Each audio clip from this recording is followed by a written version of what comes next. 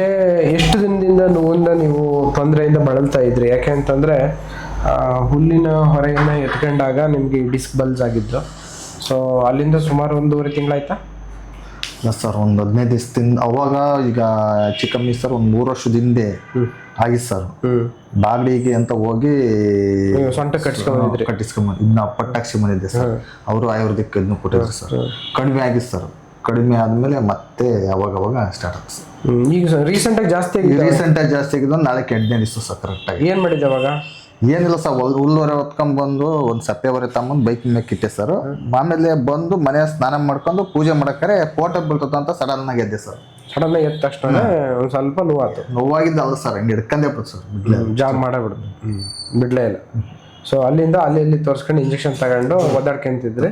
ಇವತ್ತು ಓಡಾಡಿ ನೋಡ್ರಿ ಹೆಂಗೈತೆ? ಹಿಡಿದಿಲ್ಲ ಸರ್, ಚೆನ್ನಾಗೈತೆ ಸರ್. ಈಗ MRI ಮಾಡಕ್ ಕಳಿಸಿದ್ನಲ್ಲ, MRI ತಗೊಂಬಂದ ನಿಮ್ಗೆ ಹೇಳಿದ್ನಲ್ಲ, ಈ ಕಾನ್ಫಿಡೆನ್ಸ್ ಇತ್ತ ಹಿಂಗೆ ಆಗ್ಬೋದು ಅಂತ? ಇಲ್ಲ ಅಲ್ಲ? ಒಳ್ಳೇದಾಗಿ ಚೆನ್ನಾಗಾಗತ್ತಾ?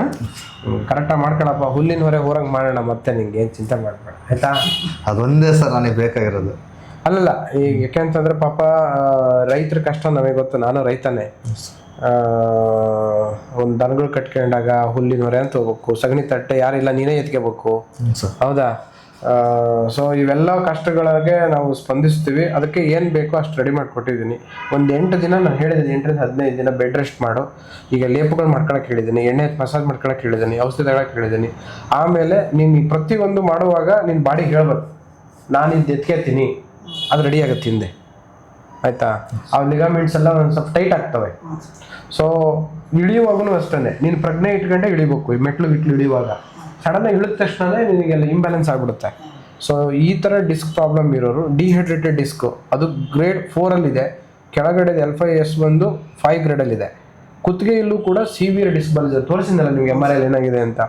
ಹಾಗಾಗಿ ಎರಡೂ ಹಿಂಗಿರೋದ್ರಿಂದ ಒಂದು 10 ರಿಂದ 15 ದಿನ, ವರ್ಷಕ್ಕೊಂದ್ಸಲ ಆಯುರ್ವೇದ ಟ್ರೀಟ್ಮೆಂಟನ್ನು ಇಲ್ಲಿ ಇದ್ದು ತಗೊಳ್ರಿ. ನಾನು ರೆಕಾರ್ಡ್ ಹೇಳ್ತಿದ್ದೀನಿ, ಯಾಕೆ ಅಂತಂದರೆ ಅದು ಅಷ್ಟು ಇಂಪಾರ್ಟೆಂಟು. ಅದನ್ನ ಮಾಡ್ಕೊಂಡ್ರೆ ನಿಮ್ಮ ಜೀವನ ನಡೆಸೋಕ್ಕೆ ಯಾವುದೇ ಥರದ ತೊಂದರೆ ಆಗದಂಗೆ ನಿಮಗೆ ಅನುಕೂಲತೆಗಳು ಕಂಡು ಬರುತ್ತೆ.